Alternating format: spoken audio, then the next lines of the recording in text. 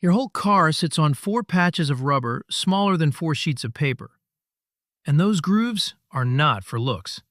They are plumbing to shove water out before you surf on it. Here is how a tire keeps you stuck to the road in rain and in turns. Think of each tire touching the ground on a spot the size of a postcard. That spot is called the contact patch. It is small because air in the tire holds the car up. The math is simple. Total area is roughly the car's weight in pounds divided by tire pressure in psi. A 3,300-pound car at 35 psi sits on about 94 square inches total. That means about 24 square inches per tire. That is a postcard. Every stop, every turn, every bump squeezes through those 4 little patches. Wider tires do not magically add area at the same pressure. They only change the shape of each patch. Shape matters, but area is set mostly by load and pressure. Here is why that matters in rain.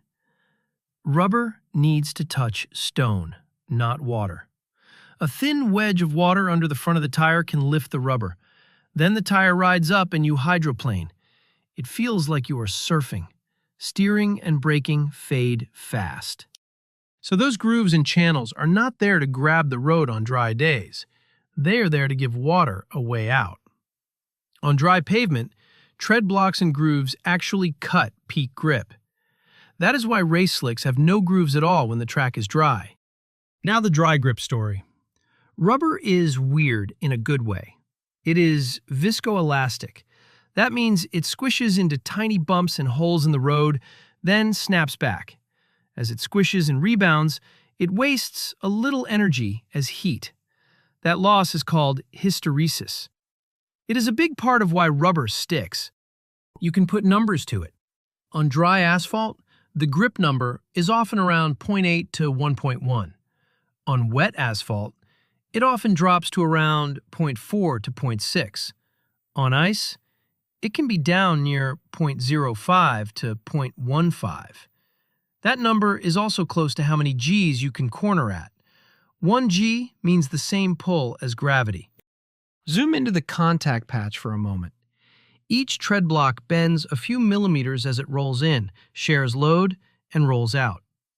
That bend stores and releases energy with every turn of the wheel. It also makes heat. Good tires manage this bend, so grip stays strong and stable. This is why slicks win on dry days. Grooves reduce real contact area. A smooth slick gives the most rubber on stone. It also controls heat better at race pace. But in rain, you need grooves and sipes, or you will ride on water. You can see this at a racetrack. On a dry lap, a car on slicks can corner at about 1.3 Js. A sudden downpour hits. Grip falls to about 0.6 Js until the car switches to a full wet tire with deep grooves and lots of thin slits. The goal is not to make more dry grip. The goal is to clear water so rubber can reach the rough stone again. There is a handy speed tip for hydroplaning. Tests at NASA Langley with aircraft tires gave a rule of thumb. Hydroplaning can start around 9 times the square root of the tire pressure in miles per hour. At 35 psi, that is about 53 miles per hour. At 30 psi, it is about 49 miles per hour. At 44 psi, it is about 60 miles per hour. This is not a brick wall. It is a warning sign. Real onset also depends on water depth, road texture, tread pattern, and load on the tire. Here is the wild scale part. At 100 kilometers per hour with just 1 millimeter of water, a 205 millimeter wide tire must move about 5 to 6 liters of water every second. That is a soda bottle every second for each tire. Double the depth, and the job doubles. Inside the contact patch, a tread block only has about 0.01 to 0.02 seconds to do that job. In that blink, the grooves must pull water sideways and back. If they do not, a wedge forms at the front of the patch and lifts the rubber. Racing shows the extreme. Full wet Formula One tires can fling on the order of tens of liters per second at high speed. Claims near 85 liters per second are common for full wets. Water management is the whole job in heavy rain. Let us talk about sipes, which are thin slits in the tread. John Sipe cut slits in his slippery leather soles in 1923. He got better grip and won a patent. Those slits add thousands of biting edges. They flex and grab wet and icy microtexture. Tread depth matters a lot. New tires start around 8 to 10 30-seconds of an inch. The legal minimum is 2 30-seconds. Wet braking can get 30 to 100% longer as tread wears down.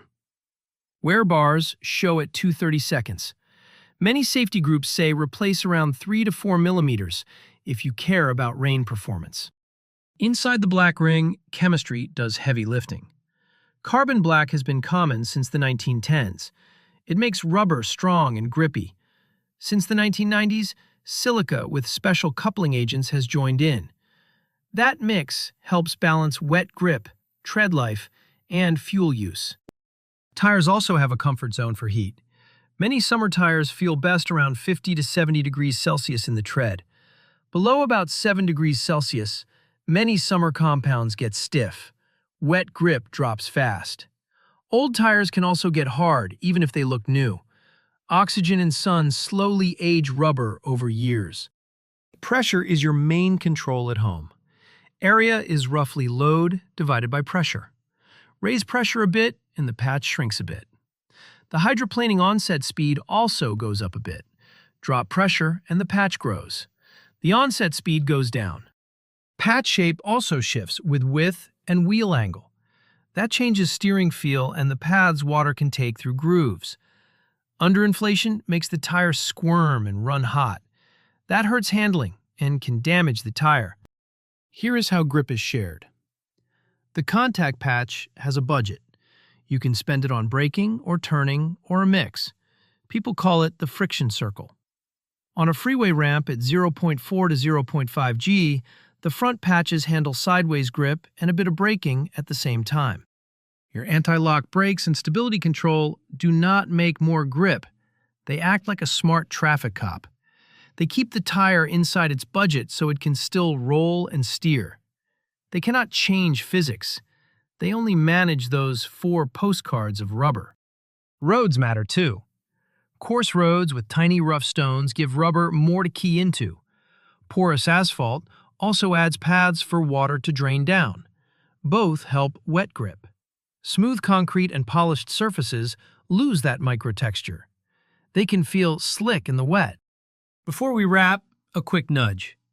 If you enjoy clear, simple builds like this one, subscribe and stick around. We do the inner machinery of everyday things in plain words. Here is the everyday picture, reframed. 4 tiny patches carry a ton of car through rain at highway speeds. They pump liters of water every second while they grab onto rock. You can help them do it. Check your pressures once a month and before long trips. Watch tread depth well before the legal limit, especially if you drive in rain. Remember the big picture. It is chemistry, geometry, and milliseconds of viscoelastic magic keeping you on the road. If you like clear, no-drama engineering stories like this, subscribe and drop a like. There are more videos on chips, bridges, cables, and planes waiting on the channel. Drive safe and see you next time.